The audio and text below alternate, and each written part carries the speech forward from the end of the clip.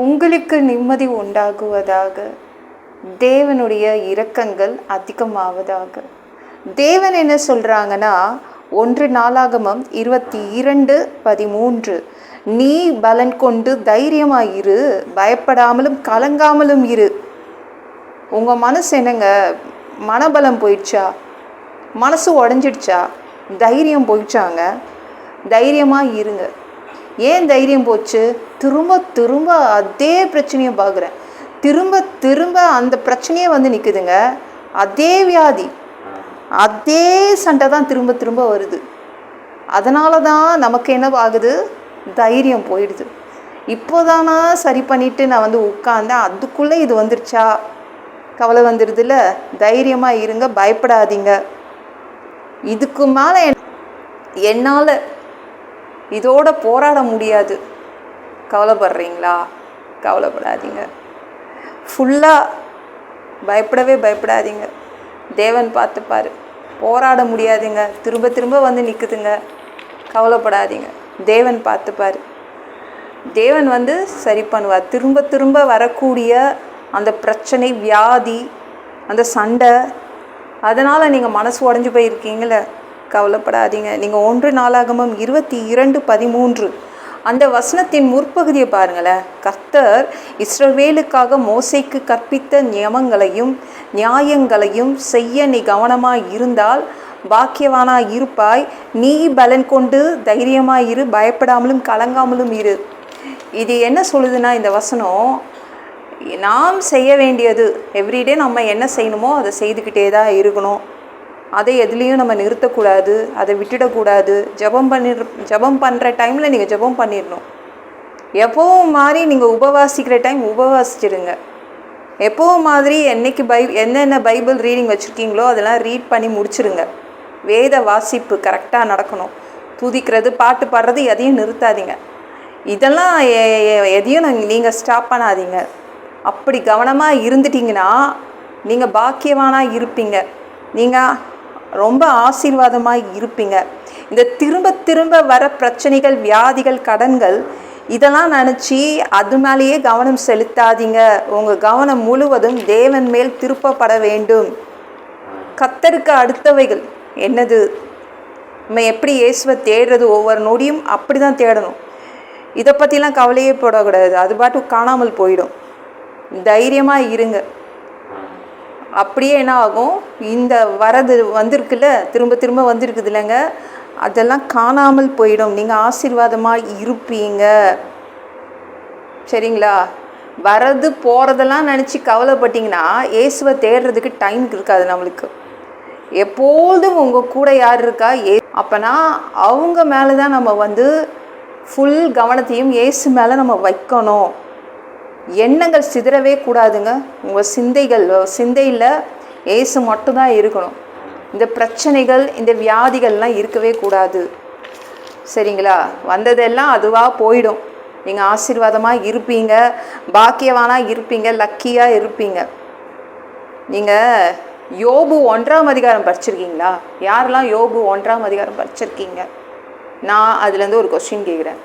எத்தனை பிரச்சனை அந்த யோபு 1ஆம் அதிகாரத்தில் யோபுவை தாக்கிச்சு? மொத்தம் 4 பிரச்சனை. ஒரே நாளில் 4 பிரச்சனை வந்துச்சுங்க. 4 சோகங்கள் அவன் தலையில் வந்து விழுந்துச்சு. ஆனால் என்ன பண்ணான் யோபு? ஒரே நாளில் வந்தது 4 பிரச்சனைகள். அதை என்ன பண்ணான்னா, கவலையே படல. கஷ்டமாக இருந்துச்சு, அதனால் போய் சலூனில் போய் நல்லா மொட்டை அடிச்சுட்டு வீட்டுக்கு வந்துட்டு என்ன பண்ணுறான்? சோத்திரம் பண்ணுற வேலை அது. அவன் தேவனுக்கு நன்றி சொல்லும் வேலை. அதிகாலை எழுந்தால் பலியிடுவான். அவன் வந்து அந்த நாள் முடிகிறதுக்குள்ளே அந்த நாளில் என்னென்ன நன்மை தேவன் செய்தாரோ அதுக்காக நன்றி சொல்வான். அன்னைக்கு யோபுவோடைய விஷயத்தில் தேவன் ஒரு நல்லதும் செய்யலை. ஆனால் தேவனுக்கு எப்படி நன்றி சொல்கிறான் பாருங்களேன். கர்த்தர் தான் கொடுத்தாரு, கர்த்தரே எடுத்துக்கிட்டாரு, அவருடைய பரிசுத்த நாமத்திற்கு சோத்திரம் சொல்லிட்டான். நம்ம என்ன செய்யணுமோ அதை கரெக்டாக செய்திருங்க. அவர் கொடுக்குறாரோ இல்லையோ, அவர் செய்கிறாரோ இல்லையோ, அதை பற்றி கவலைப்படாதீங்க. நீங்கள் என்ன செய்யணுமோ அதை செய்திருங்க. இயேசுவுக்காக நீங்கள் என்ன செய்யணுமோ அதை செய்யுங்க. ஒரே நாளில் அவனுடைய கவனம் முழுவதும் தேவன் மேல் திருப்பிட்டான். பணம் கையில் இருந்தால், உங்கள் கையில் பணம் இருக்குங்க, 1 கோடி வச்சுருக்கீங்க உங்கள் கையில் பணம், எப்படி பத்திரமா கவனமாக வச்சுப்பீங்கள, அதே மாதிரி தான் உங்கள் கையில் தேவன் இருக்கார், உங்கள் கையில் இயேசு இருக்கார்.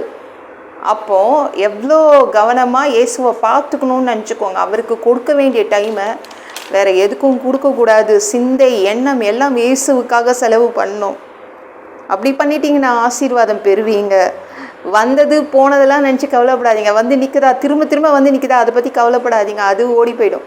நீங்கள் ஆசீர்வாதமாக இருப்பீங்க, பாக்கியவானாக இருப்பீங்க. இந்த வீடியோ பிடிச்சிருந்துச்சுன்னா மற்றவங்களுக்கும் ஷேர் பண்ண மறக்காதீங்க. கர்த்தர் உங்களை ஆசீர்வதிப்பாராக. ஜெபம் பண்ணலாமா? அன்பு பிதாவே, உங்கள் பிள்ளைங்க உங்கள் பாதத்தில் வந்திருக்காங்கப்பா. சாமி இரக்கம் செய்யுங்க, இறங்குங்க பா. உங்கள் பிள்ளைங்களுக்கு திரும்ப அவங்க பார்த்த அதே பிரச்சனையே வந்து நிற்குது, அதே வியாதி வந்து நிற்குது, அதே சண்டை வந்து நிற்குதுப்பா. அதனாலேயே அவங்க மனசு உடஞ்சி போயிட்டாங்க. நீங்கள் அவங்கள தைரியப்படுத்துங்க. அவங்க முழு எண்ணமும் அவங்க சிந்தையும் உங்கள் மேலே தான் வச்சுருக்காங்கப்பா. அவங்க எப்பொழுதும் ஆசீர்வாதமாக இருப்பாங்க. நீங்கள் எல்லாத்தையும் சரி பண்ணிடுவீங்க. நன்றி. எல்லா பொல்லாத பிசாசுகள், ஏவல்கள், மந்திரங்கள், தற்கொலை ஆவிகள், பயத்தின் ஆவிகள், பலவீனப்படுத்துகின்ற ஆவிகள் எல்லாம் இயேசு என்ற பெயரினை கொண்டு துரத்துகிறேன். ஓடிப்போ. உங்கள் பிள்ளைங்களை இரத்த கோட்டைக்குள் மறைச்சிக்கோங்க. பரிசுத்த ஆவியால் நிரப்புங்க. ஞானஸ்நானம் எடுக்கணும் உங்கள் பிள்ளைங்க. ரட்சிப்பீராக. இயேசுவின் காயப்பட்ட தழும்புகளால் எல்லா வியாதிகளும், எல்லா பலவீனங்களும், கேன்சர் போன்ற வியாதிகளும் சரியாகுவதாக, மரணப்படுக்கைகள் சரியாகுவதாக. மனிதனாக பிறந்தா ஜீவ புஸ்தகத்தில் பேர் இருக்கணும். அப்படி இல்லைனா அந்த மனுஷனை பிடிச்சி நரகத்தில் தள்ளிடுவீங்க. தீ எரிகிற இடத்துல எப்படி போய் வாழ்கிறதுப்பா? நாங்கள் பரலோகத்துக்கு வரதுக்கு தான் ஆசைப்படுறோம். அடித்து உதச்சி திருத்தி எங்களை பரலோகத்துக்கே அனுப்பிடுங்க. கழுவப்படாத பாவங்கள் இருந்தால் எங்களை உங்கள் ரத்தத்தை கொண்டு கழுவி சுத்தப்படுத்தி பரலோகத்துக்கே அனுப்பிடுங்கப்பா. எந்த ஒரு இமைப்பொழுது நீங்கள் வருவீங்கன்னு இயேசுவை வணங்கி காத்துட்ருக்கோம். பரிசுத்தமாக வாழ்ந்து காத்துட்ருக்கோம். அந்த ஒரு இமைப்பொழுதில் உங்களுக்கு ஒப்பான உடம்பு எங்களுக்கு கொடுக்கப்படும். அதை பெற்றுக்கொண்டு மதியமானத்தில் உங்களை சந்திக்க வருவோம். அந்த தருணத்தை இழந்துடக்கூடாதுப்பா. ப்ளீஸ்ப்பா. ஒரு மனிதனால் பரிசுத்தமாக வாழ்கிறது கூடாத விஷயம். அதற்கு கூட உங்கள் உதவி கேட்டு வந்து நிற்கிறோமப்பா. சாமி, 7 வருடம் ஆந்தி கிறிஸ்து ஆட்சியில் விட்டுட்டு போயிடாதீங்க. பிசாசு நடத்தும் ஆட்சியில் விட்டுட்டு போயிடாதீங்கப்பா. 3வது தடவை கூட இந்த பூமிக்கு ஓனராக, சொந்தக்காரராக வருவீங்க இந்த பூமியில் 1000 வருடம் வந்து தங்குவீங்க, ஆட்சி செய்வீங்க உங்கள் ஆட்சியின் கீழ் வசிக்க ஆசைப்படுறோம். எங்களையும் கூப்பிட்டுக்கோங்க. எல்லாவற்றையும் ஒப்பு கொடுக்குறேன். இயேசுவின் மூலம் ஜெபம் கேளும் பிதாவே. ஆமென். நாளைக்கு பார்க்கலாம்.